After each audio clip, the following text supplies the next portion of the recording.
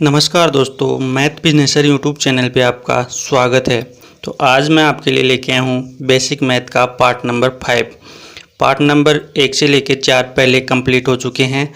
अगर आपने चारों पार्ट नहीं देखे तो उनका लिंक आपको डिस्क्रिप्शन बॉक्स में मिल जाएगा, वहाँ से जाके आप उन्हें देख सकते हैं। तो ये आज हमारा बेसिक मैथ का पार्ट नंबर 5 है और ये लास्ट पार्ट है। इसके बाद हम अर्थमेटिक मैथ के चैप्टर वाइज बेसिक से शुरू करेंगे। तो पहले या तो एलसीएम शुरू करेंगे या परसेंटेज शुरू करेंगे। इन दोनों टॉपिक्स में से कोई सा टॉपिक भी शुरू कर लेंगे। तो आज हमारा बेसिक मैथ का पार्ट नंबर 5 है और लास्ट पार्ट है। तो आज हम इसमें देखेंगे दशमलव भिन्न क्या होती है, दशमलव भिन्न का जोड़, गुणा, बाकी भाग कैसे किया जाता है। तो वीडियो शुरू करने से पहले अभी तक आपने इस चैनल को सब्सक्राइब नहीं किया है तो सब्सक्राइब कर ले, साथ ही बेल आइकन को भी दबाएं ताकि ऐसी ही बेसिक मैथ के वीडियो आपको मिलते रहे और आपकी मैथ स्ट्रॉन्ग होती रहे। तो चलिए शुरू करते हैं आज का हमारा वीडियो। तो पहला कि दशमलव भिन्न को हम इंग्लिश में कहते हैं डेसिमल फ्रैक्शन। तो दशमलव भिन्न होती क्या है, दशमलव भिन्न क्या होती है देखते हैं कि ऐसी भिन्न जिसका हर 10 की घात के रूप में होता है उसमें दशमलव भिन्न कहते हैं। यानी कि जिसका हर होता है वो 10 की घात के रूप में होता है, उसे दशमलव भिन्न कहते हैं। जैसे हो गया हमारे पास हो गया 0.3, ये हमारे पास एग्जाम्पल दे रखा है कि 0.3। अब 0.3 को हम क्या कर रखेंगे कि पॉइंट के बाद जितने अंक होते हैं, पॉइंट के बाद 1 अंक हो, 2 अंक हो, 3 अंक हो, कितने भी अंक हो, उस जितने अंक है उतने ही जीरो हम नीचे लगाते हैं। तो यहाँ पॉइंट के बाद में 1 अंक है तो 3/10 हम लिखेंगे। पॉइंट के बाद में 2 अंक होते तो 3/100 लिखते। जैसे ये हो गया 0.08 तो हम इसको लिखेंगे 8/100। और इसको हम इस प्रकार भी लिख सकते हैं 8/10⁻²। यानी कि 10 के जितनी भी जीरो होती है हम उसको पावर में लिखते हैं। अब यहाँ देखो 1 के 2 जीरो है तो हम इसको 10⁻² लिख सकते हैं। देखते हैं आगे दोस्तों, दशमलव की संख्या को एक बोलने का तरीका भी होता है कि हम इसको 0.325 नहीं बोलते, इसको दोस्तों हम बोलते हैं 0.325। ये इसका शुद्ध तरीका है बोलने का कि किसी भी इंटरव्यू में पूछेगी ऐसे संख्या दे दे 0.325 तो आपको पूछेगी इस संख्या को बोल के बताओ। तो ये इस प्रकार नहीं बोली जाती है 0.325, ये इस प्रकार बोली जाती है कि 0.325, इसको इस प्रकार बोला जाता है। तो अब देखिए कि दोस्तों यहाँ से पॉइंट के बाद में कितने अंक है, पॉइंट के बाद में 3 अंक है, 1, 2 और 3। तो पॉइंट के बाद में 3 अंक है तो हम 325 के नीचे 1000 लिख देंगे। अब देखते हैं कि इसके कितने जीरो है, 1, 2, 3 जीरो है तो 325/10⁻³ लिख देंगे हम। जैसा कि मैंने पहले बताया कि जितने जीरो हो गए उसकी उतनी ही घात हो जाएगी। अब दोस्तों एक नोट देखते हैं कि दशमलव के बाद किसी भी संख्या के दाहिनी ओर शून्य का कोई महत्व नहीं होता है। शून्य का चाहे कितने ही शून्य हो, दशमलव के बाद में दाहिनी ओर यानी कि इस तरफ, दाहिनी ओर का मतलब हो गया इस तरफ कितने ही शून्य हो उनका कोई महत्व नहीं होता है। दोस्तों देखिए कि एग्जाम्पल की सहायता से देखिए कि ये हो गया हमारे पास 0.7 बराबर 0.70 बराबर 0.700 या 0.7000, ये आगे तक चलती जाएगी। ये सभी वैल्यू आपस में बराबर है, चाहे पॉइंट के आगे कितने ही जीरो लगाए इससे कोई फर्क नहीं पड़ता है। चाहे आप कितने ही जीरो लगा दें ये वैल्यू भी सेम है और ये वैल्यू भी सेम है दोस्तों। तो ये बात आपको अच्छी तरीके से समझ में आ गई होगी, कोई डाउट नहीं रहना चाहिए। आगे देखते हैं। अगला पॉइंट है हमारा दोस्तों कि दशमलव भिन्न की तुलना करना, कि दशमलव भिन्न की तुलना किस प्रकार करते हैं। तुलना का मतलब ये हुआ कि हम दशमलव संख्या दे रखी है हमें 2, 3, तो उसमें से कैसे पता लगाए कि कौन सी संख्या बड़ी है कौन सी संख्या छोटी है। तो हम उस चीज़ को तुलना करके पता लगा सकते हैं दोस्तों कि कौन सी संख्या बड़ी है और कौन सी संख्या छोटी है। यदि दशमलव भिन्न के बाईं ओर पूर्णांक में बराबर हो, यानी दे रखा है कि यदि दशमलव बिंदु के बाईं ओर पूर्णांक में बराबर हो, जिस संख्या के पहले बड़ा अंक आएगा वो संख्या ही बड़ी होगी। अब ये आपको परिभाषा से समझ में नहीं आएगा तो एग्जाम्पल से देखते हैं कि ये एग्जाम्पल में की परिभाषा में क्या बोल रहा है। अब हमारे पास दे रखा है कि 8.012 और इसके बाद में दे रखा है 8.000957 3 और 8। अब इन दोनों संख्याओं में से कौन सी संख्या बड़ी है? तो पहले मैं आपको बता दूं दोस्तों कि ये वाला चिन्ह किसका होता है और ये वाला चिन्ह किसका होता है। दोस्तों बताऊं तो आपको ध्यान में रखना है कि जिस तरफ इस चिन्ह का मुंह छोटा होगा वो छोटी संख्या होगी और जिस तरफ इसका मुंह खुला होगा वो संख्या बड़ी होगी। ये आपको ध्यान में रखना है। अब देखो यहाँ पे इसकी तरफ ये मुंह है खुला है तो ये संख्या बड़ी होगी और इस तरफ ये छोटा मुंह है तो ये संख्या छोटी होगी। दोस्तों ये आपको याद रखना है। अब जैसे देखिए कि अब इसका क्या मतलब है, यानी कि इस साइड वाली संख्या है दोस्तों ये छोटी संख्या है और इस साइड वाली संख्या ये बड़ी संख्या है। अब इसमें तुलना करके कैसे देखेंगे? तुलना करके देखेंगे कि हमारे पास दे रखा है कि ये यहाँ तक 8 इसमें भी समान है और इसमें भी समान है और पॉइंट के बाद में 0 इसमें भी समान है और इसमें भी समान है। उसके बाद में 1 और इसमें बाद में 0। तो 0 और 1 में कौन बड़ा होता है? तो 0 और 1 में 1 बड़ा होता है। तो ये हमारी संख्या बड़ी हो गई। ये होता है बिनों की तुलना करने का मतलब, यानी कि पहले सभी अंकों को बराबर लेते चलो और जहाँ जो संख्या बड़ी आ जाए वही संख्या हमारी बड़ी होगी। तो यहाँ ये 3 नंबर पे 0 है और यहाँ 1 है तो 1 0 से बड़ा होता है तो ये हमारी संख्या बड़ी हो गई। दोस्तों अब आगे देखिए, जैसे हो गया ये 28.0075, ये छोटी का चिन्ह दे रखा है, ये वाली संख्या छोटी है और ये वाली संख्या बड़ी है। ये दे रखा है 28.03। अब ये छोटी कैसे और बड़ी कैसे है? अब इसमें 28 भी सेम है और ये 0 भी सेम है। 28 और ये 0 तीनों में सेम है। उसके बाद में यहाँ दोस्तों 0 आया और यहाँ 3 आया। तो 0 और 3 में कौन सी संख्या बड़ी होती है दोस्तों? तो 0 और 3 में 3 संख्या बड़ी होती है तो ये हमारी संख्या बड़ी हो गई। तो इसमें ये चिन्ह इस प्रकार आ गया और ये छोटी हो गई तो इसकी तरफ मुँह है छोटा आ गया। दोस्तों यहाँ तक ये छोटे और बड़े का चिन्ह आपको अच्छी तरीके से समझ में आ गया होगा, कोई डाउट नहीं रहनी चाहिए। एक बार इसमें और देख लो, इसमें दे रखा है कि 9.327 बड़ी है 9.324 9 से। तो इसमें 9 भी सेम है, 3 भी सेम है, 2 भी सेम है, 9 3 2 ये सेम है। उसके बाद में ये देखो कि ये 4 आ गए यहाँ पे 7 आ गया। 4 और 7 में कौन सी संख्या बड़ी होती है दोस्तों? 4 और 7 में 7 बड़ी होती है तो ये हमारी संख्या बड़ी हो गई। इसके साथ यानी कि 4 के बाद में कितनी ही संख्या है या कितनी बड़ी संख्या चलती जाए वो उससे बड़ी संख्या से बड़ी नहीं होती है। हमें तुलना करके देखना है कि इस संख्या में कौन सी संख्या बड़ी है और कौन सी संख्या छोटी है। तो मैंने आपको तुलना करना बता दिया है। अगर इस प्रकार का कोई प्रश्न आता है तो आप उसको तुलना करके आसानी से हल कर सकते हैं। यहाँ तक कोई भी डाउट नहीं रहनी चाहिए। अब आगे देखते हैं। आगे दोस्तों एक प्रश्न दे रखा है छोटी बड़ी भिन्नों को देखने के लिए कि नीचे दी गई दशमलव भिन्न को आरोही क्रम में व्यवस्थित करो। अब ये आरोही 2 प्रकार के होते हैं, आरोही और एक होता है अवरोही। अब ये क्या होते हैं मैं आपको पहले बता दूं कि आरोही क्या होता है, संख्याओं को बढ़ते क्रम में लिखा जाता है। संख्याओं को बढ़ते क्रम में कैसे लिखा जाता है? जैसे हमारे पास संख्या दे दी, 1 दे दी, 5 दे दी, 4 दे दी, 5 दे दी, 6 दे दी। तो हम इसको किस प्रकार लिखते हैं? तो इसको हम इस प्रकार लिखेंगे, यानी बढ़ते क्रम में लिखेंगे। पहले 1 आएगा, फिर 4 आएगा, फिर 5 आएगा, फिर 6 आएगा। हम इस संख्याओं को इस प्रकार लिखते हैं। वो होता है हमारा आरोही क्रम होता है। एक होता है अवरोही क्रम, संख्याओं को बढ़ते क्रम में लिखना। यानी कि पहले हम इसमें अवरोही क्रम में क्या लिखेंगे दोस्तों? पहले हम लिखेंगे 6 लिखेंगे, फिर 5 लिखेंगे, फिर 4 लिखेंगे, फिर 1 लिखेंगे। यानी कि संख्याओं को घटते क्रम में लिखेंगे दोस्तों। अवरोही में घटते क्रम में लिखेंगे और आरोही में बढ़ते क्रम में लिखेंगे। तो प्रश्न में क्या पूछा गया है कि आरोही क्रम में व्यवस्थित करो। हमें इसको आरोही क्रम में व्यवस्थित करना है। तो हमें संख्या दे रखी कि 1.03, 1.40, 1.404, 1.500, 1.007। अब हमें आरोही क्रम में देखना है तो हमें संख्याओं को बढ़ते क्रम में लिखना है। तो हमें इन संख्याओं में सबसे पहले देखना है कि सबसे छोटी संख्या कौन सी है। तो जैसा कि मैंने पहले इससे पीछे ही बताया कि संख्याओं की तुलना करके हमें पता लगाना है कि कौन सी संख्या बड़ी है और कौन सी संख्या छोटी है। तो यहाँ तक एक सब में समान है, एक सब में समान है। इसके बाद में देखना है कि आगे कौन सी संख्या आ रही है। पॉइंट के बाद में यहाँ 0 आ रहा है, यहाँ 4 आ रहा है, यहाँ 4 आ रहा है और यहाँ 5 आ रहा है और यहाँ 0 आ रहा है। तो ये संख्या तो बड़ी हो गई, ये वाली संख्या छोटी है और ये वाली संख्या। अब इन दोनों में देखते हैं कि कौन सी छोटी संख्या है। तो इसमें ये 3 आ रहा है और इसमें ये 0 आ रहा है। तो 0 छोटा होता है या 3 छोटा होता है? तो 0 छोटा है। तो हमारी पहले वाली 1 नंबर पे संख्या ये आएगी, फिर 2 नंबर पे ये आएगी।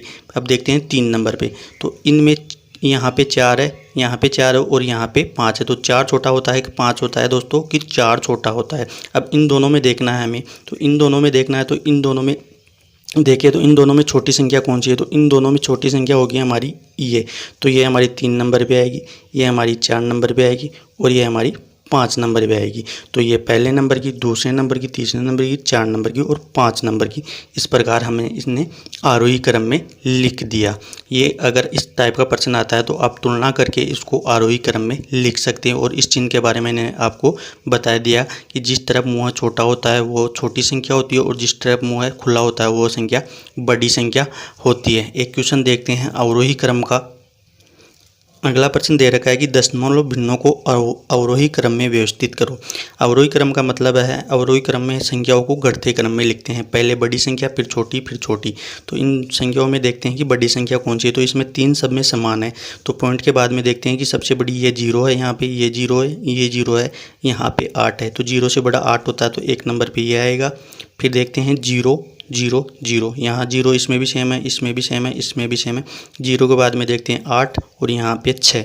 तो 6 बड़ा होता है 8 दोस्तों, 8 बड़ा होता है तो 2 नंबर पे ये आएगी, 3 नंबर पे ये आएगी और 4 नंबर पे ये आएगी। तो पहली, दूसरी, तीसरी और चौथी हमने इस प्रकार अवरोही क्रम में लिख दिया। तुलना करके संख्याओं को अवरोही और आरोही क्रम में आसानी से लिख सकते हैं दोस्तों। तो आपको तुलना करने वाली ये पॉइंट आपको अच्छी तरीके से समझ में आ गया होगा। यहाँ तक आपको कोई डाउट नहीं रहनी चाहिए। फिर भी अगर कोई डाउट रहती है तो आप वीडियो को पीछे करके फिर से देख सकते हैं, तो आपको आसानी से समझ में आ जाएगा। आगे देखते हैं। अगला पॉइंट है हमारा कि दशमलव भिन्नों को जोड़ना और घटाना। अगला पॉइंट दे रखा है कि दशमलव भिन्नों को कैसे जोड़ते हैं और कैसे घटाते हैं, इसके बारे में देखते हैं। हमारे पास देखते हैं कि संख्या दे रखी कि 8.805 प्लस 36.04 प्लस 0.0001। तो इसका जोड़ क्या होगा? तो हमें सिंपली जैसे हम साधारण संख्याओं को जोड़ते हैं उसी प्रकार इस संख्या को भी जोड़ लेंगे। तो हमें क्या करना है, पहले हमें क्या करना है कि ये पॉइंट है वो कितनी संख्या दे रखी है हमें, 1 2 3 संख्या दे रखी है। तो हमें पहले पॉइंट रख लेना है 3, सिद्ध में एक बराबर में हमें पॉइंट रख लेना है तीनों संख्याओं को। अब पॉइंट के इस तरफ संख्या है, पहले हम इनको लिखेंगे। अब पॉइंट के इस तरफ संख्या है 8, तो हमने 8 लिख लिया। और पॉइंट के इस तरफ संख्या कितनी है, 805, ये हमने लिख ली। इसमें आगे पॉइंट के इस तरफ है संख्या, तो ये हमने इस प्रकार लिख ली जैसे हम साधारण जोड़ में लिखते हैं। और ये इसमें लिख ली और ये हमने इस प्रकार लिख ली। अब हम देखते हैं कि यहाँ पे ये 0 नहीं है, तो हमने ये 0 एक्स्ट्रा क्यों लगाया, यहाँ पर भी ये 2 0 एक्स्ट्रा क्यों लगाए। तो हमें क्या करते हैं कि इन संख्याओं को जोड़ने के लिए हम सुविधा के लिए, अपनी आसानी के लिए हम यहाँ 0 लगा लेते हैं। इस 0 को मैंने जैसे पहले बताया था कि दशमलव अंक के दाईं ओर 0 का कोई महत्व नहीं होता है, चाहे कितने ही 0 लगा लो। तो दोस्तों इसमें 0 का कोई महत्व नहीं है। अब हम इनको सिंपली जोड़ लेते हैं। 0 0 प्लस 1 तो 1 हो गया, ये हमारा 5 हो गया, ये हमारा 4 हो गया, ये हमारा 8 हो गया। ये पॉइंट ऐसे कैसे आ गया, और 8 से 14 और 3 और 1 4। हमें सिंपली जैसे साधारण संख्याओं को जोड़ते हैं उसी प्रकार इसमें जोड़ना है। आपको ध्यान ये रखना है कि पॉइंट एक सिद्ध में आना चाहिए और पॉइंट के बाद में जो संख्या है वो एक सिद्ध में आनी चाहिए। और पॉइंट के बाद में अगर ये वाली संख्या इतनी लंबी जा रही है तो हम सुविधा के लिए यहाँ 0 लगा सकते हैं, 0 का कोई फर्क नहीं पड़ता है।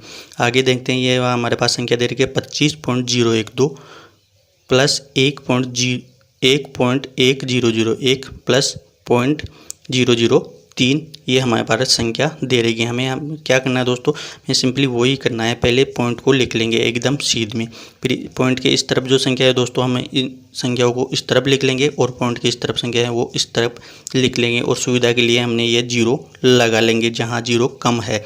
अब जोड़ेंगे तो ये हो गया हमारा 1 हो गया, 3 और 2 5 हो गया, ये 1 हो गया, ये 1 हो गया और 5 1 6 हो गया, ये हमारा 2 हो गया। तो इसका योग कितना आया, 26.1151 हमारा योग निकल के आएगा।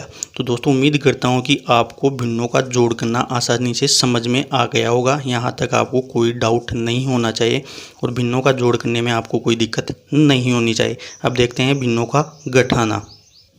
ये हमारे पास है भिन्नों का घटाना। हम घटाते भी उसी प्रकार है जैसे हम साधारण तौर पर संख्याओं को घटाते हैं, उसी प्रकार हम घटाएंगे। तो हमारे पास संख्या दे रखी है कि 8.013 माइनस 0.0017 107। तो क्या होगा इसमें से, ये संख्या घटाएंगे तो जैसे कि मैंने पहले बताया आपको, पॉइंट आपको एक छिद्र में रख लेना है।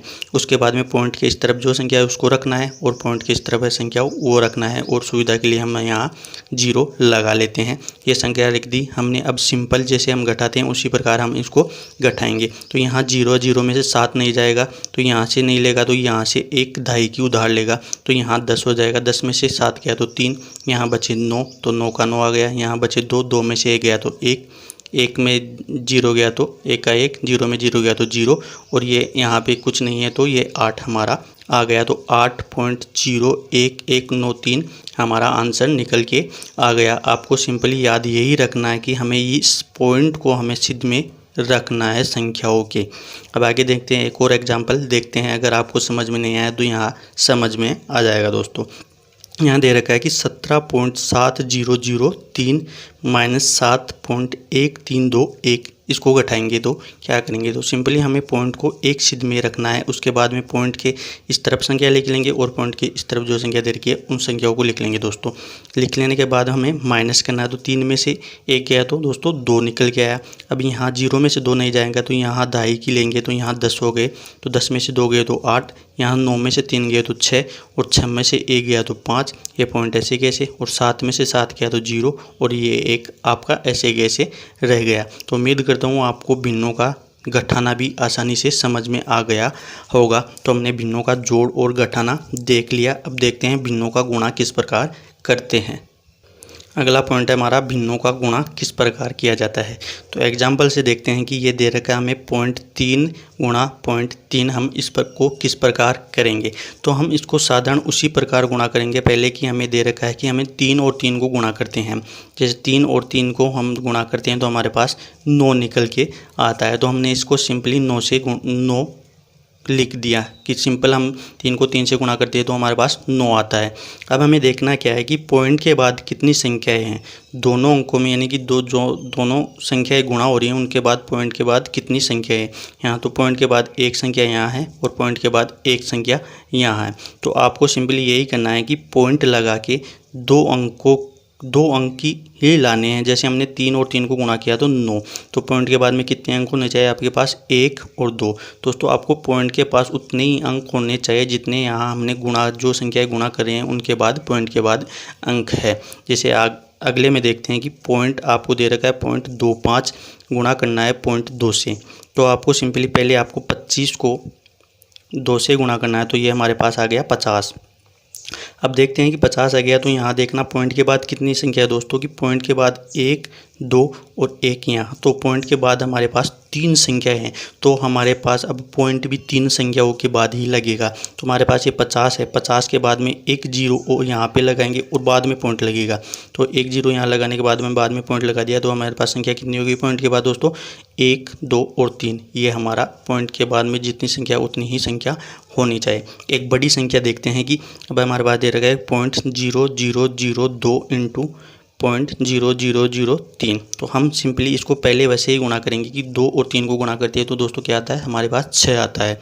अब देखते हैं कि पॉइंट के बाद में कितनी संख्या हैं, 1, 2, 3, 4, 5, 6, 7 और 8।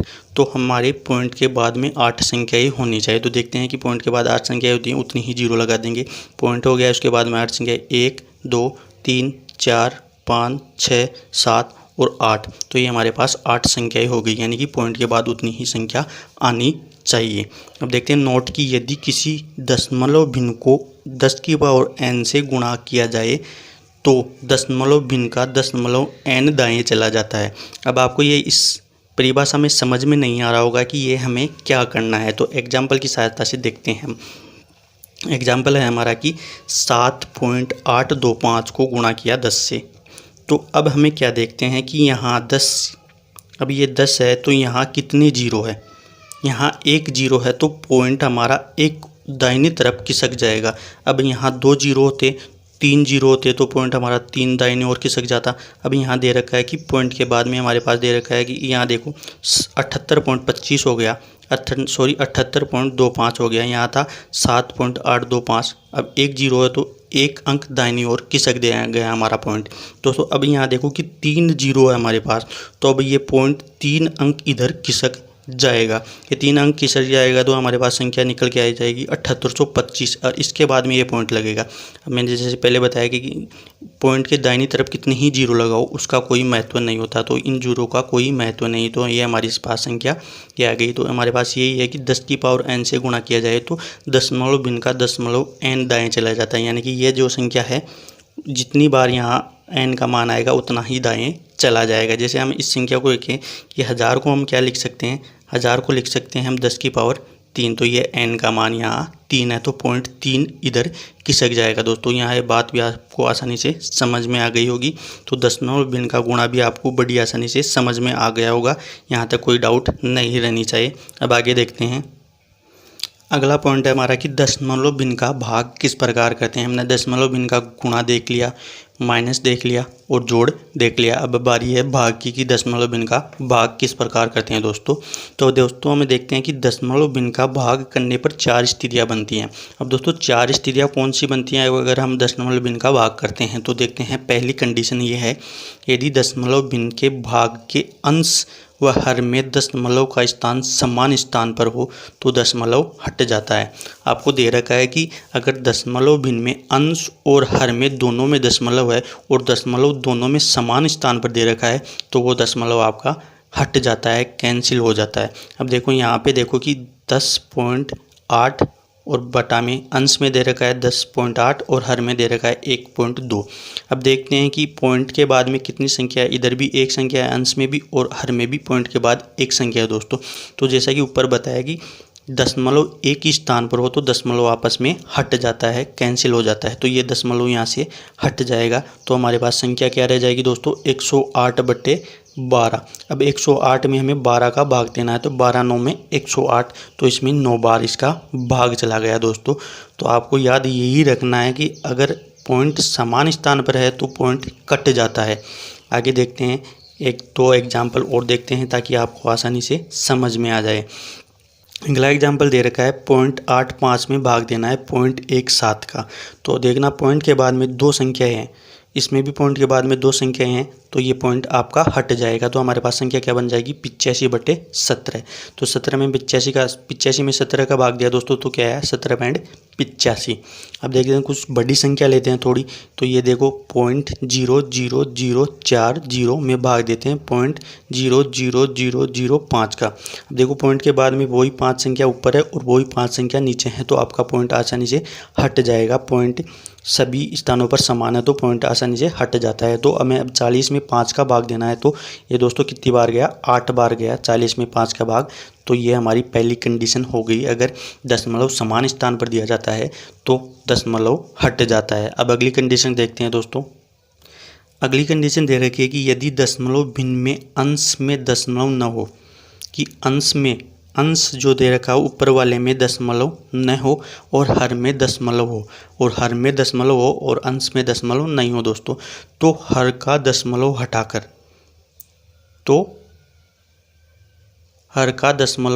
तो हमें क्या करना है, हर का दशमलव हटा देना है और हटाकर अंश में उतने ही शून्य लगा देने हैं। अब अगर हमारे पास दे रखा है, अगर इस कंडीशन को देखिए तो एग्जाम्पल से देखिए कि हमारे पास दे रखा है कि अंश में हमारे पास कोई भी दशमलव नहीं लगा है, जबकि हर में 2 संख्याओं के बाद दशमलव लगा है। तो हम इसको किस प्रकार करेंगे, जैसा कि कंडीशन में दे रखा है कि हर के दशमलव को हटाकर जितने अंकों के बाद दशमलव लगा है उतने ही जीरो हम अंश में जोड़ देंगे या अंश से गुणा कर देंगे। तो हमारे पास दे रखा है कि 40/0.5 हमारे पास दे रखा है, तो अंश में कोई पॉइंट नहीं दे रखा है, नीचे हर में दे रखा है, तो 2 संख्याओं के पास आपको पॉइंट दे रखा है। तो इस पॉइंट को हटाने के लिए हमें 2 जीरो ऊपर अंश में लगाने होंगे, तो ये 2 जीरो आपको अंश में लगाने होंगे। तो ये 40 पहले था और 40 पहले था, तो 2 जीरो हमें इसमें लगा दिए, तो ये हमारे पास हो गया 4000। अब 4000 में 5 का भाग देंगे तो ये हमारे पास 800 निकल के आएगा, क्योंकि जितने हर में जितने पॉइंट के बाद संख्या है उतने ही जीरो हमें ऊपर लगानी है। अब जैसे कि देखिए कि 54/0.18 दे रखा है। अब पॉइंट के बाद में कितने अंक है, पॉइंट के बाद में 2 अंक है, तो हमने यहाँ 2 जीरो लगा दी। अब सिंपली हम 54 में 18 का भाग दे देंगे तो 54 और ये जो 80 के ऐसे, तो हमारा ये 300 आ गया। तो आपको कंडीशन 2 भी समझ में आ गई होगी। अगर अंश में दशमलव न दे और हर में दशमलव दे तो हर के दशमलव को उठाने के लिए हर में जितने अंकों के बाद दशमलव लगा है उतने ही जीरो हम अंश में जोड़ देते हैं। ये कंडीशन भी आपको अच्छी तरीके से समझ में आ गई होगी। अब देखते हैं अगली कंडीशन। अगली कंडीशन 3 नंबर की कंडीशन दे रखी है दोस्तों की, यदि अंश में दशमलव हो और हर में दशमलव नहीं हो। अब देख रखा है कि अंश में दशमलव हो लेकिन हर में दशमलव न हो, तो अंश में या तो दशमलव हटाकर उतने ही शून्य हर में लगा देंगे, या तो हम क्या करेंगे दशमलव हटाकर यानी कि अंश में क्या करेंगे कि दशमलव हटाकर उतने ही शून्य हर में लगा देंगे, या अंश में दशमलव ना मानते हुए हमें अंश में कोई दशमलव नहीं मानना है, ये माना है कि अंश में कोई दशमलव नहीं है और मानते हुए साधारण भाग देंगे और फिर अंश में जितने पर दशमलव था उसी स्थान पर दशमलव लगा देंगे। तो एग्जाम्पल से देखिए तो हमारे पास दे रखा है कि 0.72 में भाग देना है आपको 12 का। तो अब आपको यहाँ क्या मानना है कि ये पॉइंट है नहीं है, आपको कंडीशन के हिसाब से देखना है कि ये पॉइंट यहाँ नहीं है। तो हमने सिंपली भाग दिया 72 में 12 का, तो हमारे पास निकल के आएगी 72 में 12 का भाग जाता है 6 बार जाता है। अब यहाँ आपको ये देखना है कि पॉइंट के बाद कितनी संख्या है दोस्तों, कि पॉइंट के बाद में 2 संख्याएँ हैं।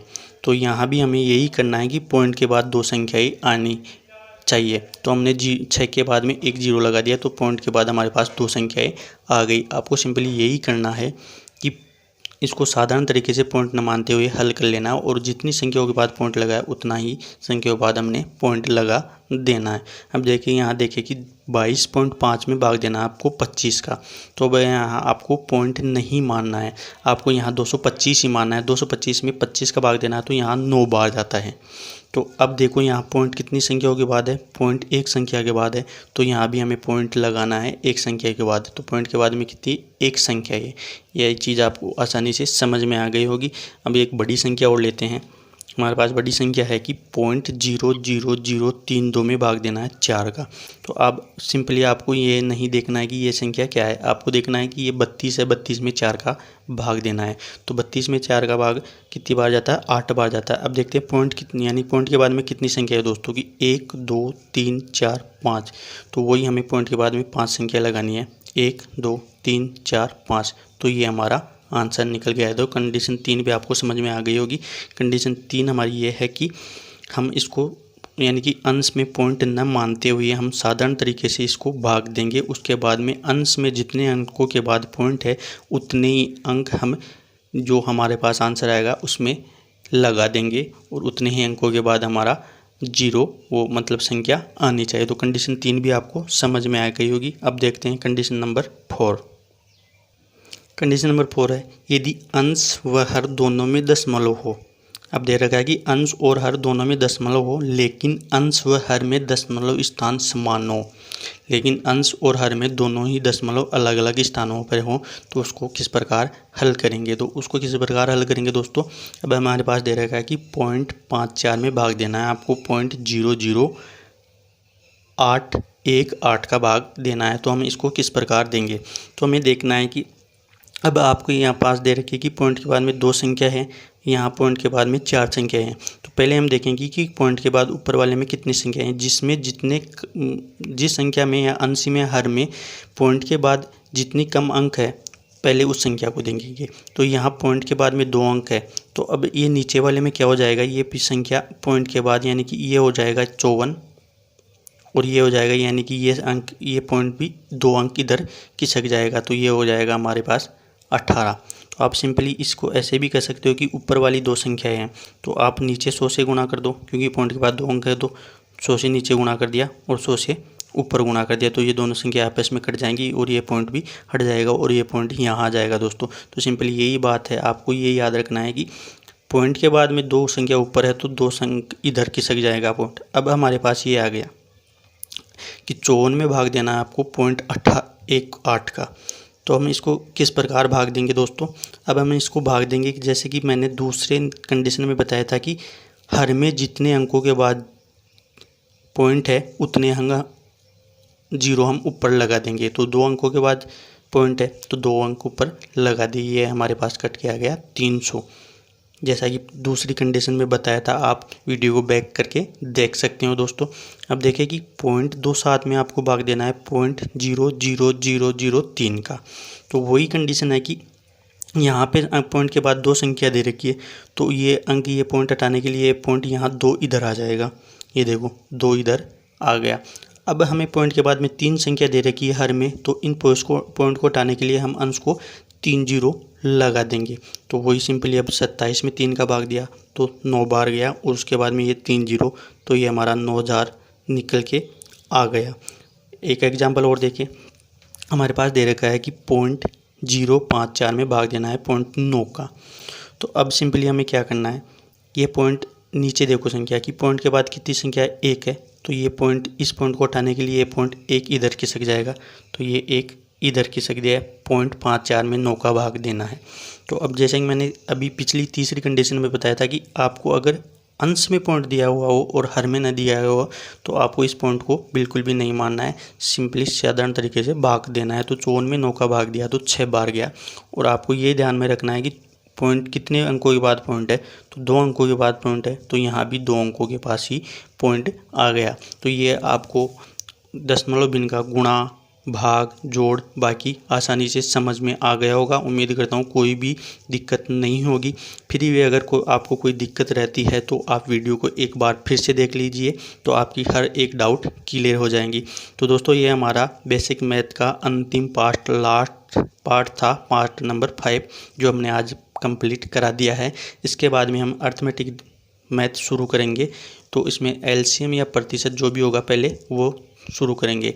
तो इसके 5 पार्ट कंप्लीट हो गए हैं, तो ये 5वां पार्ट है। अगर आपने पहले वाले 4 पार्ट नहीं देखे तो आप पहले जाके उनको देखें, ताकि ये आपको अच्छे से समझ में आए। तो ये आपको वीडियो कैसे लग रहे हैं कमेंट सेक्शन में कमेंट करके ज़रूर बताएगा। साथ ही वीडियो अच्छा लग रहा है तो लाइक करना, दोस्तों के साथ शेयर करना, अपने कमज़ोर साथियों के साथ शेयर करना, ताकि वो भी मैथ में महारथी बन सके और मैथ को आसानी से क्वेश्चनों को हल कर सकें। और हमारे चैनल को सब्सक्राइब ज़रूर करना। धन्यवाद दोस्तों।